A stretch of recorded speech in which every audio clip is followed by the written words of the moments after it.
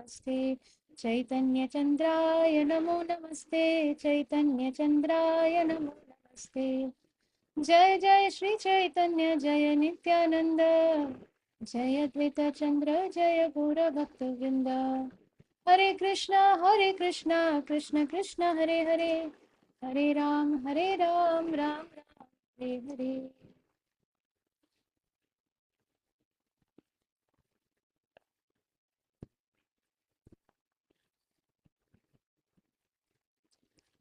Please give me one moment.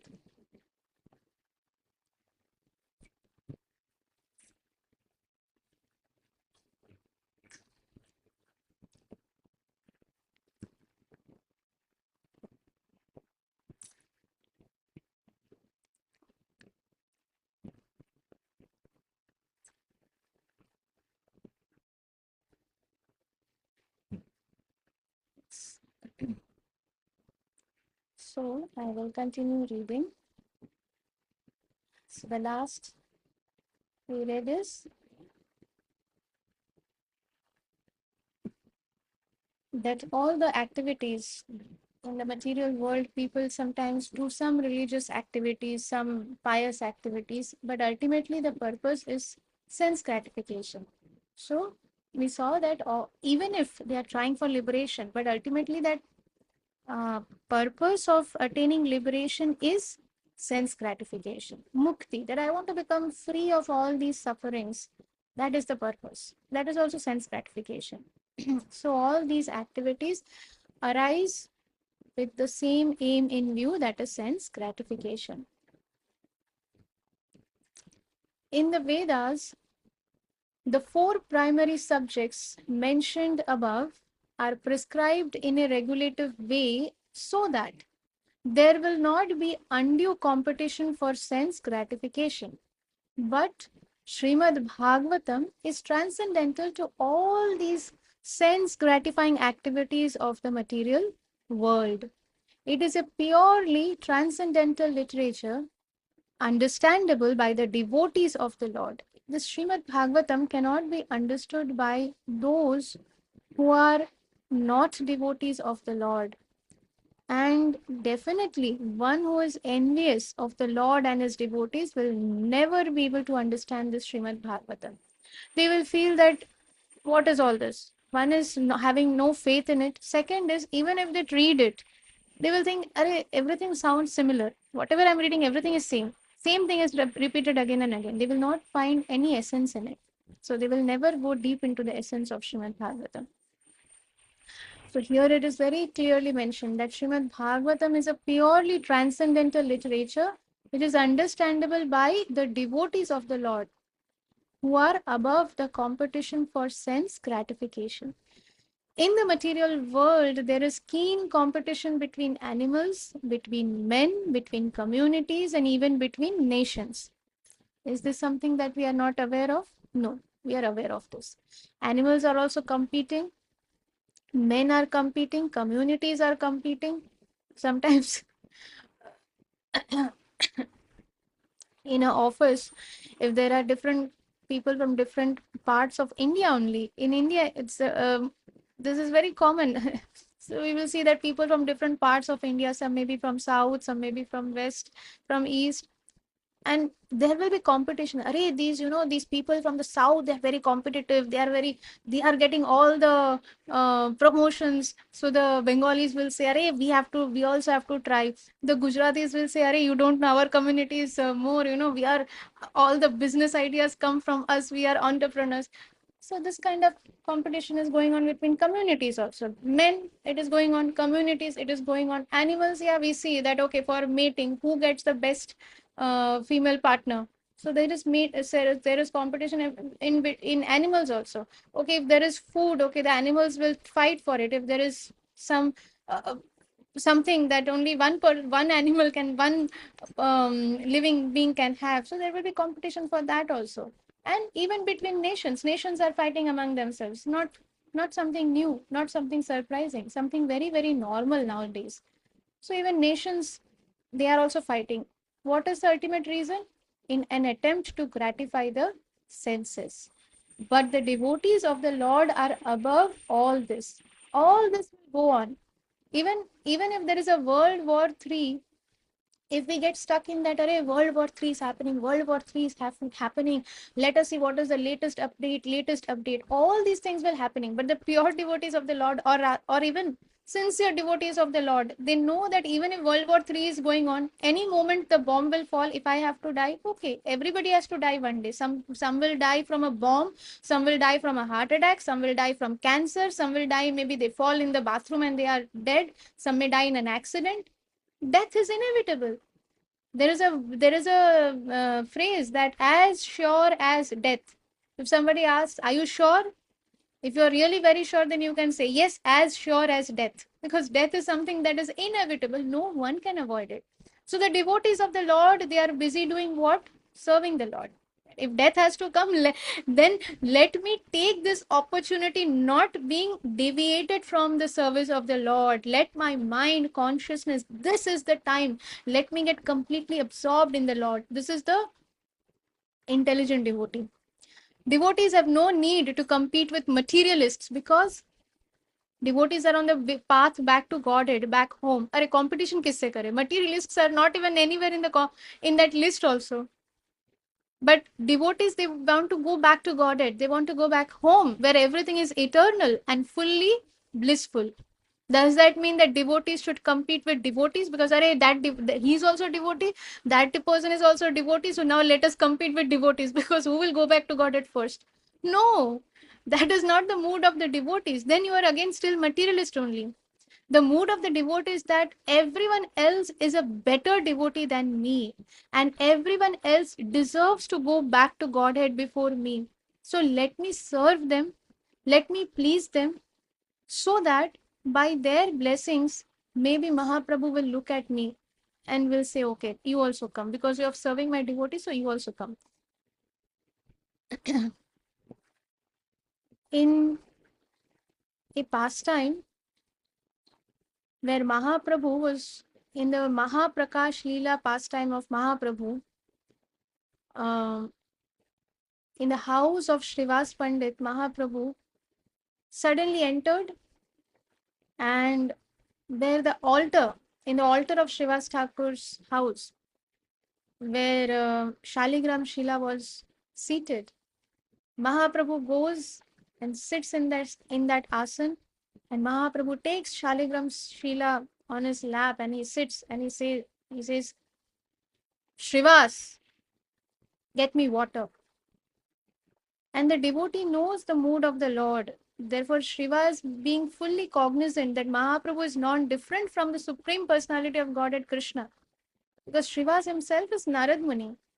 So, pure devotee of the Lord knows the mood of the Lord. Immediately, Srivas understands the mood of Mahaprabhu and tells everyone to get Ganga water, Ganga Jal, because let us do Abhishek of Lord Sri Chaitanya Mahaprabhu. And then the devotees in Navadvip did not say, Arey, why should Mahaprabhu say only to Srivas Pandit? Let Srivas Pandit go and take Ganga water. We should stand in front of Mahaprabhu. Let us compete. No, that was not the mood of the Nadia Vasis, the Navadvip Vasis. The mood was Srivas Pandit is serving. Let us serve Srivas Pandit. Then other devotees who are coming, they are like, okay, these devotees are serving the servants of Srivas Pandit. So let us serve these devotees. Then other devotees who joined later said, oh, these devotees are serving the servants of the servants of the servants of Srivas Pandit. So let us serve these devotees. So what happened? Immediately, there was a line from Srivas Pandit's house until Ganga. Everyone standing and everybody passing the matkas, the pots. Everybody was passing the earthen pots, water filled, again passing it back to Srivas Pandit, and Srivas Pandit was doing the Abhishek. And in this, while this was going on, there was a old lady who has been serving in the house of Srivas Pandit for many, many years. She has never bothered about anything other than the pleasure of her master, Srivas Thakur, Srivas Pandit. So this lady, she was running from here to there to serve her master.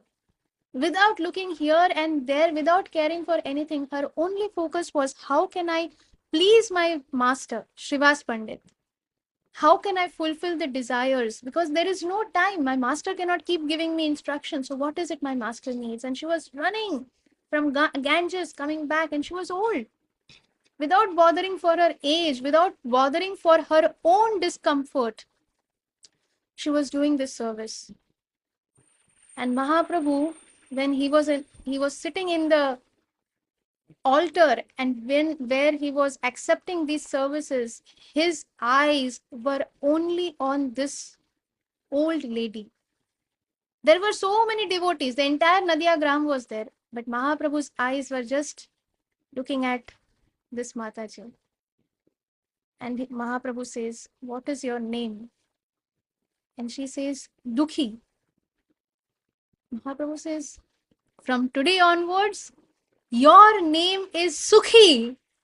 And as soon as Mahaprabhu says that, he gives her Krishna Prem. And in that Krishna Prem, she becomes ecstatic. She becomes so ecstatic that she starts jumping and laughing and singing Hare Krishna Maha Mantra, and she goes ecstatic, tears, torrents of rain like tears coming out of her from the corners of her eyes. She was so ecstatic because Mahaprabhu just gave her Krishna Prem. Done. Krishna Prem given. That is what Mahaprabhu is looking for. It is easier said than done.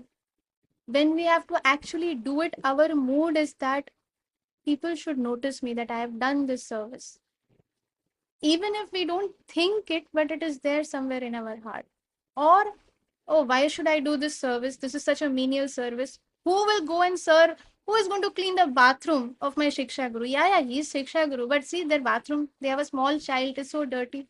Oh, I can't even use that bathroom. That is our mood. But the mood of devotee is servant of servant of servant. What was the service that Srila Ishwar Puri Pad, the spiritual master of Sri Mahaprabhu, did? What was the service? He cleaned the stool, urine, everything of his spiritual master without even a dint of feeling uneasiness, because he was completely absorbed in the mood that this is the he was not saying it as stool and urine. He was saying that my spiritual master's mercy, and that was the mood he was absorbed into. How can I please my spiritual master? My spiritual master should not have any kind of discomfort. And that was the reason that Sri Madhavendra Puripad, he called Sri Ishwar Puripad and he embraced him in such a way that Krishna Prem, that Madhavendra Puri personally came to give. First, who was the first person who came from the spiritual world with Krishna Prem? Sripad Madhavendra Puri. And as soon as he embraced Srila Ishwar Puripad, that Krishna Prem that was there in his heart was immediately transferred from the heart of Sri Madhavendra Puripad to the heart of Srila Ishwar Puripad. Immediately. And Mahaprabhu became servant of Sri Ishwar Puripad. He accepted Srila Ishwar Puripad as his spiritual master. The spiritual master of the entire world, not just this one world, but of all the three worlds. That spiritual master, the supreme spiritual master, the first spiritual master, accepted Srila Ishwar Puripad as his spiritual master. That is the mood of the devotee that Mahaprabhu is looking for. And that is the qualification we can say. Although there is no qualification, still this is what attracts Mahaprabhu. So, of course, it is easier said than done, but we have to, um, if we don't know what is the or if we don't know what pleases Mahaprabhu, he will never know what to do to please Mahaprabhu. Therefore,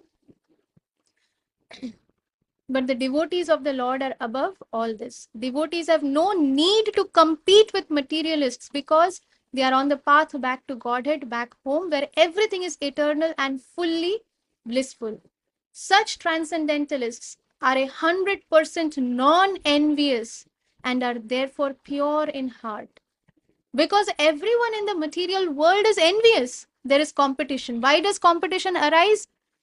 Why does competition arise? Because there is envy in the heart. अरे ये कैसे मुझसे आगे बढ़ेगा?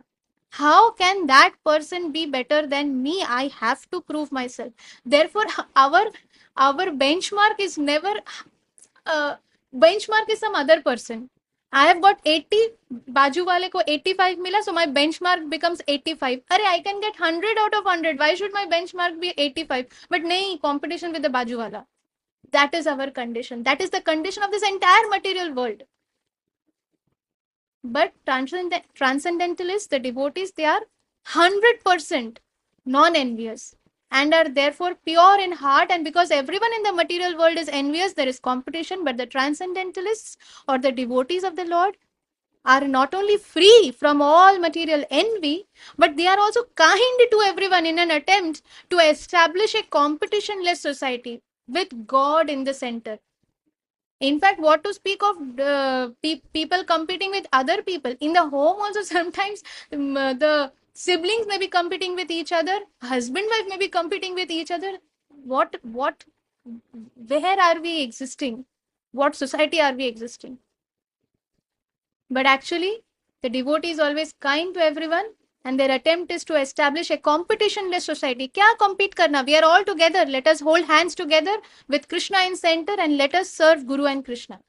The socialists' idea of a society devoid of competition is artificial because even in the socialist states, there is competition for the post of the dictator.